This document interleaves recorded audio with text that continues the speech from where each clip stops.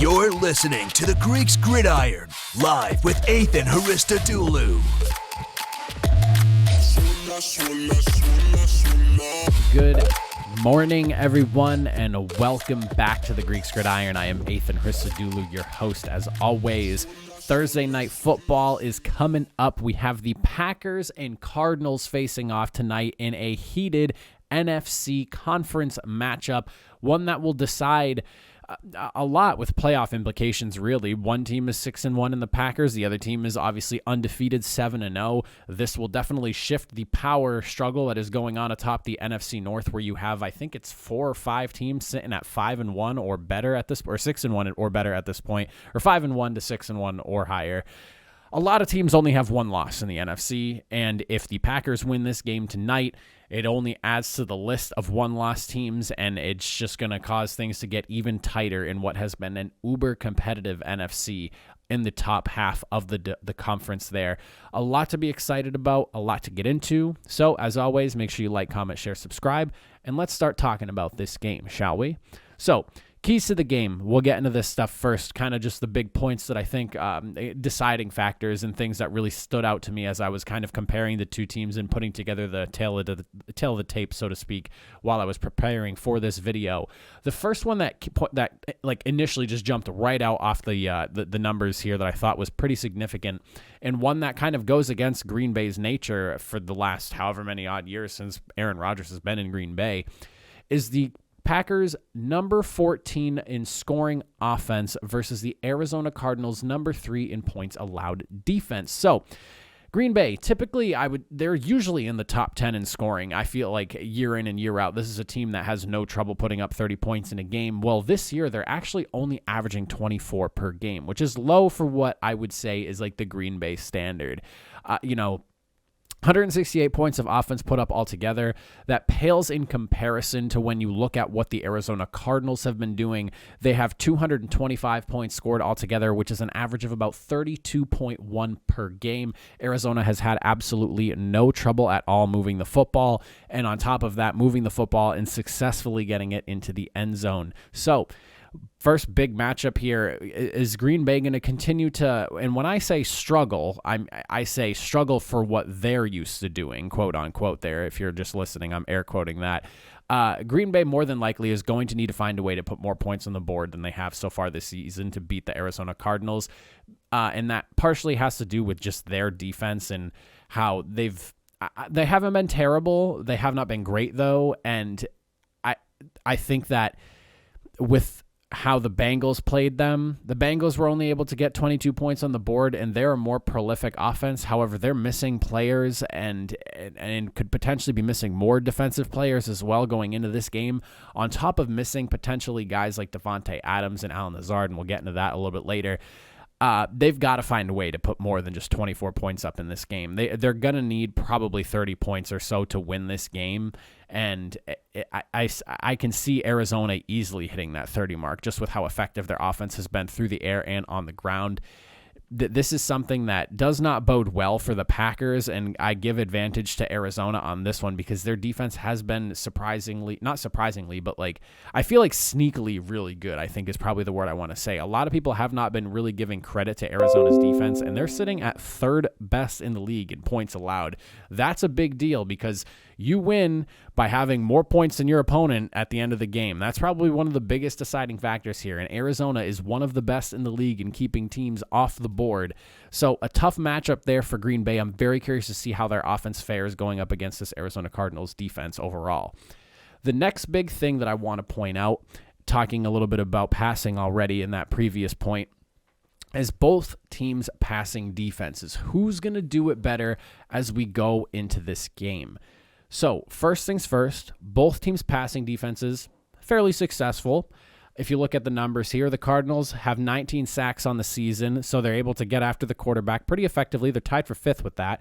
The Packers tied at 7th with only 1 sack less at 18 behind them. They're tied with, I think, 3 teams total, them and 2 others, something like that. So both teams, passing defense, they're able to get the pass rush out. They're able to get after the quarterback, cause some problems, wreak some havoc, and prevent the opposing quarterback from really getting much done. If you saw, the Packers dominated the Bears offensively fairly well. They did pretty well against Washington football team last week as well. So they're on a pretty good hot streak right now. And I mean, you don't even really need to talk about what the Cardinals are doing. I mean, they whacked the Texans last week and only let them put up 5 points. So, I mean, their defense has spoken for itself and spoken loudly. On top of that, both teams are actually in the top 10 in yards allowed for passing defense. So, I mean, they're both doing a really good job locking things down. The big difference, though, between these two teams, so while the Packers have, been able to keep teams from moving through the air very effectively, the Cardinals have done it better in that they have allowed 5 less passing touchdowns on the season. So they're both pretty close in yardage. I want to say there's like about 100 or so yard difference, and that might even be on the higher side. That's just a quick estimate off the top of my head because I don't have the number written down. But when you look at this matchup here, while they're both effective at slowing down passing attacks through the air, Arizona is much more successful in keeping those teams out of the end zone, and that is what matters most. Again, I said it in the point prior. You win the game by keeping opponents out of the end zone and having more points than the person or the team you are going against, rather. So, big thing there to keep of note. Pretty similar passing defense numbers. However, the Arizona Cardinals are much better at keeping teams out of the end zone. While they both have great QBs and strong passing attacks, I don't know if the passing game is really going to be as prolific in this one as it normally will be. And I think that this is actually going to end up being a game where one of these two teams is going to really have to focus in on their run game to really be successful and come out the winner in this one. And that brings me into my third point, being the run game as a whole for both of these teams, which is what I think could decide this game. Who can run the football more effectively against these defenses? When you look at the Cardinals, they're averaging 136.6 yards per game. That's 5th best in the league, and they also have 9 touchdowns on the ground as well. Kyler Murray, I believe, is accounting for 3 of those, if I'm not mistaken. The Packers sitting far less effective at 102 yards a game. That's 19th in the league, so they're in the bottom half, and then 4 touchdowns on the ground. That's a pretty low number as well. In all fairness, I will say this, the Packers do not run as often as the Cardinals do, significantly less at that. The averages here, 25.5 runs per game for the Packers. Meanwhile, the Cardinals are averaging about 32 running plays a game. And that's obviously accounting for, like, if the quarterback takes out and scrambles or something like that. Kyler Murray, a little bit more mobile than Aaron Rodgers is in his slightly older age, I will say. I don't want to say he's too old, but he's getting there. So that is something that you want to take of note. While the Packers maybe are less effective on paper per se, they do have some solid running backs. A.J. Dillon is great. And then, I mean, Aaron Jones is Aaron Jones. He signed a big deal for a reason to stay in Green Bay. He is a very effective runner, receiving kind of running back there. But like I was mentioning, I really think that this is a game where 2 pretty solid passing defenses, one that's even more so effective at keeping opponents out of the end zone. This is a game where I think whoever has the more successful rushing attack and opens things up more, gets more players committed to the box so their quarterback can take advantage of a lighter secondary. This is something that I think is really going to be prevalent in this game. And the one big thing of note, and this is something that is of interest to me because this is something that while I'm saying the run game here might be the opportunity for the Cardinals to really run away with this game, it could also be something that potentially hurts them. The Cardinals lead the league in fumbles right now with 13. It's a really high number. I think the Packers are only sitting at like 4 or 5, but the 13 stood out to me because when I was looking at the numbers there, Cardinals sat right at the top. I thought that was pretty wild. Now, this isn't necessarily fumbles lost. This is just the fact of the ball leaving the runner's hand, ball hits the ground. Now, while it's not necessarily per se fumbles lost, the fact that the ball has been dropped 13 times in 7 games already, that's the Cardinals going 2 fumbles a game on average, roughly. It's a little bit under 2, but it's close enough. That's a problem because if the ball does not bounce Arizona's way, those couple of times they fumble in this game, if you're just going off averages here, that spells trouble. Aaron Rodgers and the Packers offense are a team that can very much so capitalize on teams' mistakes. So we got to keep an eye on the Cardinals. Can they handle the football and can they handle it safely? That is something the Cardinals are really going to have to focus in on as we go through this game. Those are my 3 big key points for the game. Like I always do, let me know what you guys think in the comment section down below. Anything you're keeping an eye on that you think might be a deciding factor. But those are 3 really big things that stood out to me as I was planning for this game. Now, as for just like kind of my final thoughts on all of this and kind of where I think the game is, it kind of hangs in the balance per se. One of the biggest issues going into this one, and it's been being talked about all week, is just the Packers wide receiver room. Allen Lazard is on the COVID list right now, and obviously Davante Adams, it's been talked about literally by everyone and then some throughout the entirety of the week since that news report came out on Monday. But now that you're looking at Adams and Lazard both potentially missing the game due to being on the COVID/reserve list, whatever you want to call it there, this spells a problem for the Green Bay Packers because Allen Lazard, while he might not be as effective of a wide receiver, he is a guy who I have seen make some pretty significant plays for the Packers over the last few years, and albeit in spurts, he's a guy that's been there and he's made some plays. You're literally emptying out your wide receiver room and just hoping that Robert Tonyan and Marquez Valdez-Scantling can do all the receiving work, and maybe Aaron Jones, you deploy him a little bit more. Maybe you probably run with A.J. Dillon a little bit less to try to really get, or maybe you run more sets where Aaron Jones is playing more like of a pseudo slot wide receiver role, and you have Dillon in more for some plays. There's going to be some very interesting setups, in my opinion, when it comes to like where players are going to be playing on the field should Adams and Scantling be out. I think that this could pose a problem for the Green Bay Packers. Joe Brady's also projected to be, or I guess, no, actually, you know what? He is going to be out. It's confirmed he's going to be out. The defensive coordinator for the Packers is also going to be out. So the Packers are dealing with pretty much what the Cardinals had just been dealing with the week prior. Or 2 weeks ago, I can't remember exactly.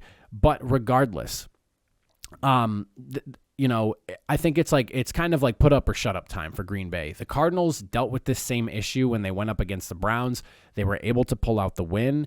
Now the Packers' turn. You have stiff competition, NFC matchup. This one is for a lot of marbles here. Maybe not all the marbles, but a lot of them in leading your entire conference. If you take down the Cardinals, you're just about in pole position there. They're 7-0. A lot of people are going to be looking at you guys like, okay, they just took down the team to beat. You're probably the team to beat at this time. So, you want to beat the man, you got to beat the man.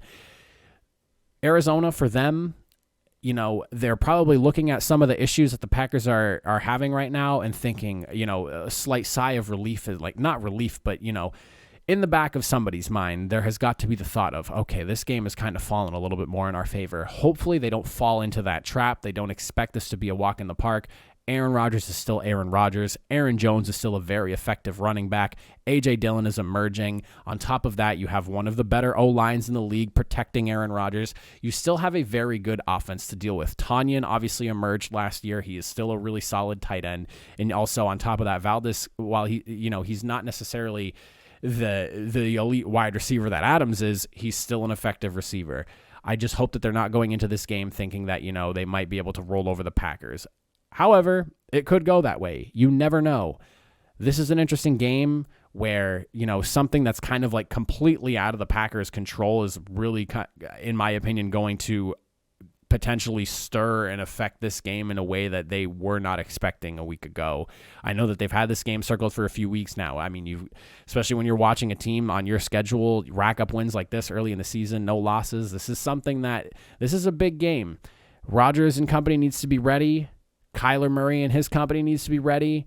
I'm excited to see this game. I really hope that these absentees don't end up affecting the game too much, as I always do on Thursdays. This is being recorded the night prior to the game. So, I mean, things could change. I really hope that this, questionable list of players and whatnot gets shrunk down as much as possible. But as of right now, the way I'm recording this, there is potential for a lot of people to be out, and I really hope that ends up not being the case. As for the actual injury report itself, since I kind of just briefly brushed on that right now, when we're looking at this here, like I said, defensive coordinator Joe Barry on the Packers is listed as out. Tackle Dennis Kelly and wide receiver Davante Adams doubtful to be in the game. Questionable here is cornerback Kevin King, which could really hurt the Packers because they're already down Jair Alexander. Some people might argue that Kevin King being out might benefit them because of coverage stuff, but that's not for me to say. And then linebacker Preston Smith, who missed last week after 102 straight starts, is also listed as questionable. Then when you look at, and then Al Lazard also, we already touched on that. As for the Cardinals, J.J. Watt is going to be out, which is a pretty significant thing for the Packers, especially if they're going to be missing a tackle during this game and they're losing some of that depth there. Should be good to have one less guy to worry about. While Watt might not be the, imposing dominant defensive player of the year he was a handful of years ago, he is still a presence on that defense and still takes up a significant amount of attention in game planning. Chandler Jones, while he is still an absolute freak of nature, you have one less person to account for, and that means you can focus more of your attention on him. So that's a good thing going in the way of the Packers. Then also some questionable players is Deandre Hopkins, who, from what it sounds like, is probably going to play, but he is listed. It wasn't something that apparently was mentioned as something you shouldn't really worry about, but he is listed as questionable. I'm assuming that's probably something where it's like he goes into warm-ups and it just like turns into a disaster and he has to stay out. But I don't foresee that happening. D lineman Rashard Lawrence is questionable. Offensive lineman Max Garcia and tight end Darrell Daniels. So both teams are kind of going in with some questionable players and a few pieces here and there that may or may not be in the game. I would say that the Devontae Adams, Kevin King, Preston Smith, Lazard kind of outweighs what the I almost said Buccaneers there. The Cardinals are dealing with, but again, bodies are bodies. Anyone out does not help you. Hopefully this list gets smaller and smaller as the day goes through. Again, I'm recording this the night prior to the game. You guys are going to see this in the morning. Hopefully this list gets smaller. Now, let's get to the big stuff. Predictions. 2 bold predictions for you guys, one for each team. The Packers. Like I said, run game is going to be significant in this one. I think that Aaron Jones is going to be relied upon heavily for this team, and I think he's going to score 2 touchdowns, whether it's a running and a receiving or a couple of running or a couple of receiving in some fashion. I think he's going to be relied on a lot this game, and I expect him to put up a couple of scores. As for the Cardinals, Deandre Hopkins, I think that he's due for a really big game. 120 yards, touchdown catch. I could definitely see it happening in this one in a secondary that's going to be a little bit weaker for the Packers, especially if Kevin King is out. So you can definitely book DeAndre Hopkins for a pretty strong game, in my opinion. As for the score, the final of the game and who I think is going to win, last week was my first incorrect prediction of Thursday Night Football. But we're looking to get back in that W column, and I am taking the Arizona Cardinals at a score of 30-24 with the W at home. When in doubt, go with the home team, in my opinion, especially on a Thursday night game like this, where the other team is dealing with some potential disastrous injuries and COVID-related issues. I think the Packers are a safe bet. Should be a higher scoring affair, but ultimately I think the Cardinals offense should be able to win out in this one. But that is my Thursday night preview. Let me know what you guys think in the comment section down below. Who do you think is going to win and come out on top? But outside of that, I will see you guys on Friday, so tomorrow for you guys. And we'll do... Friday's kind of become like the My Choice video where I just kind of post about something. So not necessarily sure what the content of the video is going to be just yet. I have a few ideas, but the way I'm looking at Fridays going forward is it's going to be essentially just a video of my choice on a topic of discussion of my choice, and we can kind of just go in depth with it. Last week was the MVP race video. If you have not seen that, make sure you check that out. I'll have it put on the end of this video here for you guys to see if you are interested. But again, that is all I got for you guys. Enjoy the rest of your Thursday night and have a good Thursday night football rest of your day. Have a good one, everybody.